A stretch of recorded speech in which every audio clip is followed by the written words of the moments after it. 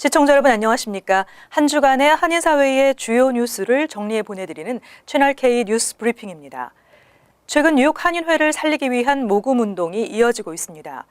우리 동포들이 한결같은 마음으로 힘을 모은 결과 발등에 불이 떨어졌던 체납된 부동산 세금을 납부했습니다.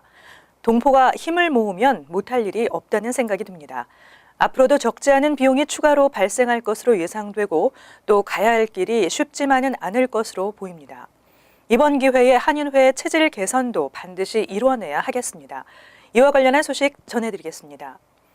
뉴욕 한인회가 지난달 14일 모금 운동을 시작한 지 한 달도 안 되는 기간 동안 30만 달러 모금에 성공해 뉴욕 한인회관에 체납 세금을 납부했습니다. 뉴욕 한인회는 회관 앞에서 조촐한 기념식을 개최했습니다. 정세진 기자가 보도합니다. 오늘 오전 뉴욕 한인회관 앞, 뉴욕 한인회 관계자들과 한인단체장 등 10여 명이 모여 간단한 기념행사를 열었습니다. 회관 살리기 운동을 전개하고 동포사회에 모금을 시작한 지 한 달도 채 안 된 기간에 모금 총액이 30만 달러를 넘어섰고 오늘 오전 체납 부동산세를 모두 납부했습니다.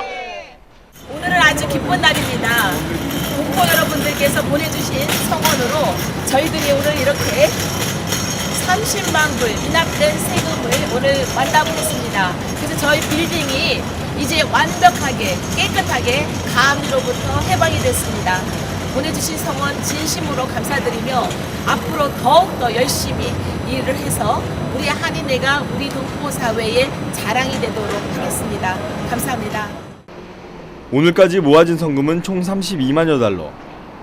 어제 직능단체협의회 회장단이 3,500달러, 내일협회 3,370달러, 뉴욕 한인 경제인협회에서 7,250달러, 이세종 전 뉴욕 한인회장 5,000달러 등 뉴욕 출신 한국 거주자들이 5,500달러를 보내왔으며 오늘 뉴욕 사무기기가 1만 달러를 도네이션했습니다.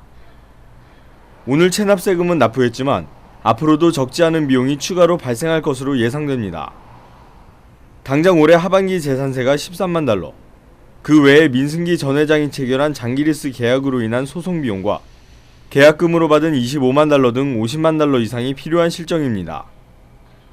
그래서 그 25만 불과 소송 비용 그리고 민승기 씨가 1월, 2월, 3월 착복한 회관돈, 세금돈 그거 해서 50만 불이 지금 더 필요한 상황이고 체납세금 납부로 일단 급한 불은 껐지만 앞으로 가야 할 길이 쉽지만은 않을 것으로 보입니다. 이번 기회에 한인회의 체질 개선도 반드시 이뤄내야 하겠습니다. 채널K 뉴스 정세진입니다. 한편 뉴욕 한인회관이 체납 부동산 세금을 납부하는 등 급한 불은 껐습니다. 계속해서 뉴욕 한인회관을 지키기 위한 동포사회 모금이 이어지고 있는 가운데 회관위원회가 회관 정상화를 위한 대책 마련에 들어갔습니다. 보도에 정세진 기자입니다. 지난 주말 뉴욕 일원 주요 한인마트에서 펼쳐진 한인회관 살리기 모금 활동. 많은 수의 한인들이 적극 동참해 체납 세금 납부일인 11일까지 30만 달러 모금은 가능할 것으로 보입니다.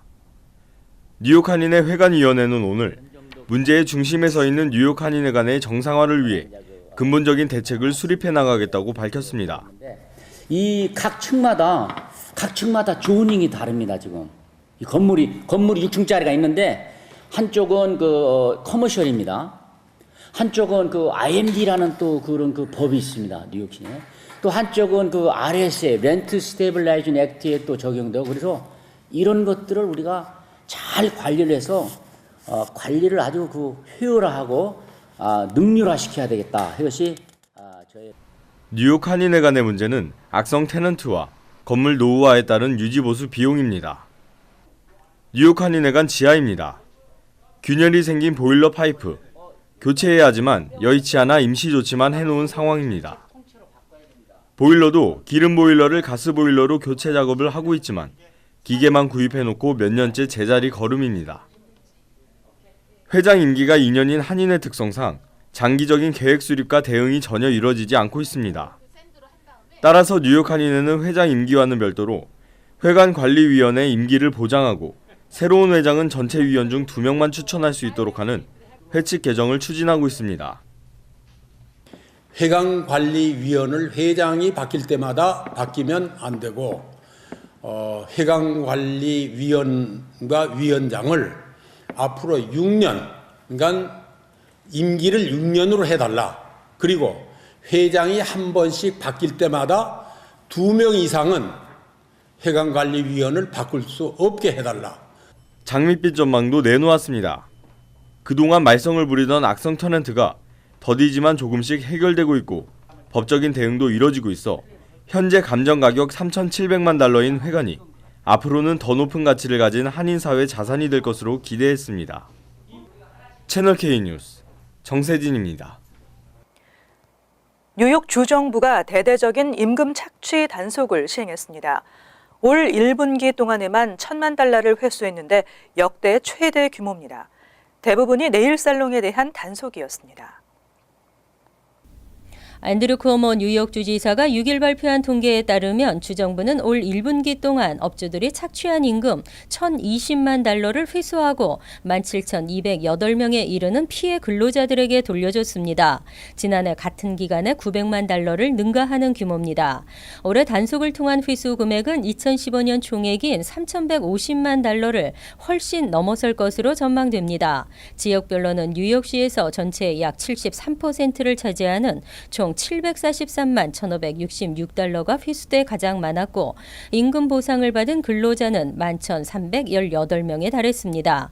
이어 롱아일랜드에서는 총 138만 5,564달러가 회수돼 전체의 14%를 차지했습니다.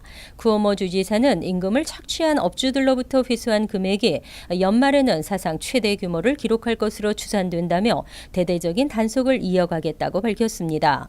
이날 발표된 통계에 업종별 단속 규모는 포함되지 않았지만 주 노동국 통계에 따르면 업종 전체에 대한 단속 태스크포스가 구성된 지난해 7월 이후 한 달여 동안 약 450건의 단속이 이루어졌고 이 가운데 네일살롱에 대한 단속이 321건으로 대부분을 차지한 것으로 나타났습니다. 한편 네일업소의 종업원 노동 착취 사례가 아직도 만연한 것으로 나타나고 있습니다. 조사 대상 중 37%의 업소가 단속에 걸렸는데요. 이들 업소가 지급해야 하는 체불 임금이 무려 200만 달러에 달했습니다. 쿠오모 주지사는 종업원들의 임금 착취 행위를 엄중히 단속해 나갈 것을 밝혔습니다. 앤드류 쿠오모 주지사는 합동단속 태스크포스의 네일살롱 단속 통계를 발표했습니다. 통계에 따르면 적발업소는 조사 대상 383곳에 37%에 달했고 임금 착취를 당한 종업원은 652명으로 적발업소당 4.6명꼴로 조사됐습니다. 지금까지 이들 업소로부터 받아낸 임금은 60만 달러에 달했습니다. 적발된 임금 착취 사례를 보면 피해 종업원은 일주일 노동시간이 40에서 50시간에 달하는데도 고작 200달러의 주급을 받았거나 초보자의 경우는 견습 기간 동안 아예 임금을 받지 못했습니다. 오히려 200에서 300달러의 비용과 장갑, 마스크 등의 재료비를 별도로 지불한 것으로 파악됐습니다. 쿠오모 주지사는 종업원들의 임금 착취 행위를 엄중히 단속해 나갈 것이라며 주 전역에 공정한 임금 체계를 정착시키겠다고 강조했습니다. 이와 관련해 이상호 뉴욕 한인네일협회장은 올 가을부터 업주와 종업원들을 대상으로 노동법 규정과 고용계약서 작성법, 시급계산법 등에 대한 세미나를 지속적으로 개최하고 주정부 단속에 대응할 계획이라고 밝혔습니다. 힐러리와 트럼프가 3대 스윙 스테이트에서 박빙의 접전을 펼치고 있는 것으로 나타났습니다. 힐러리는 펜실바니아에서 선전하고 있고 트럼프는 오하이오에서 우세를 나타내고 있는 가운데 플로리다가 어느 쪽을 선택할지 아직 예측할 수 없는 상황입니다. 플로리다와 펜실베니아, 오하이오 등 3대 스윙 스테이트에서 클린턴 전 국무장관과 트럼프가 박빙의 접전을 펼치고 있는 것으로 나타났습니다. 스윙 스테이트는 선거를 할 때마다 지지 정당의 그네처럼 왔다 갔다 하며 바뀌는 경합주의자 최대 승부처입니다. 퀴니피액 대학이 4월 27일에서 5월 8일까지 플로리다 유권자 1,051명, 펜실베니아 1,077명, 오하이오 1,042명을 상대로 실시한 조사에 따르면 클린턴 전 장관은 플로리다 플로리다와 펜실베니아에서 각각 43% 대 42%로 트럼프를 1%포인트 앞섰습니다. 오하이오에서는 트럼프가 43%로 39%의 클린턴을 4%포인트 이기는 것으로 나타났습니다. 대학 측은 선거가 6개월 남은 현재 두 주자가 주요 3개 스윙 스테이트에서 박빙의 접전 중이라며 특히 트럼프는 펜실베니아에서 2008년과 2012년 당시 공화당 후보보다 선전하고 있다고 전했습니다. 앞서 워싱턴 포스트는 클린턴 전 장관이 플로리다의 승리만 챙기면 손쉽게 승자가 될 것으로 예측한 바 있습니다. 하지만 이번 퀴니피액 대학의 조사 결과를 보면 플로리다의 민심은 아직 누구의 손도 확실히 들어주지 않은 상황입니다. 폴 라이언 하원 의장이 도널드 트럼프와의 첫 만남을 가졌습니다. 트럼프에 대한 긍정적 평가로 그동안의 갈등을 수습했습니다. 도널드 트럼프 후보와 공화당 1인자인 폴 라이언 하원 의장의 첫 회동이 긍정적으로 끝났습니다. 10일 오전 워싱턴 DC 의사당 부근에서 열린 두 사람 간의 회동에 배석한 라인스 프리버스 공화당 전국위원회 위원장은 회동이 종료된 후 트위터에 올린 글에서 회동은 좋은 분위기 속에 진행됐다며 당의 단합을 위해 매우 긍정적인 발걸음이라고 전했습니다. 두 사람은 지난주 라이언 의장의 트럼프 후보 지지 유보 발언을 시작으로 신경전을 벌여왔습니다. 하지만 회동이 가까워지면서 발언 수위를 조절하는 모습을 보이기도 했습니다. 라이언 의장은 지난 10일 월스트리트저널과의 인터뷰에서 트럼프는 수백만 명을 움직여 경선을 승리한 것에 대해 인정받을 자격이 있다고 강조했습니다. 트럼프 후보도 같은 날 폭스 뉴스와의 인터뷰에서 솔직히 라이언 의장이 계속 의장으로 머물러주면 좋겠다며 라이언이 순리대로 7월 전당대회 의장을 맡을 수 있기를 바란다고 밝혔습니다.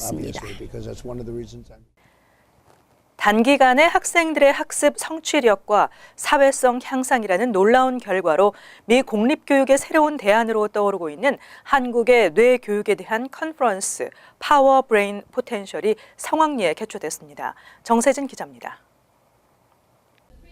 지난 7일 뉴욕 포레스트 힐에 위치한 PS 144 초등학교에서 열린 뇌교육 컨퍼런스.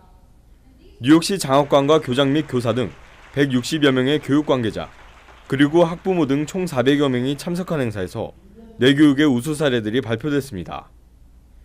브롱스 7학구는 문제 학생 180명을 대상으로 뇌교육을 한 결과 사회성과 학습 능력이 크게 향상돼 혁신학군으로 선정되었으며 브롱스와 퀸즈 초등학생들에게 매일 30분 동안 뇌교육을 실시한 결과 감정 조절 능력과 학습 능력이 2.5배 향상되었다고 발표했습니다.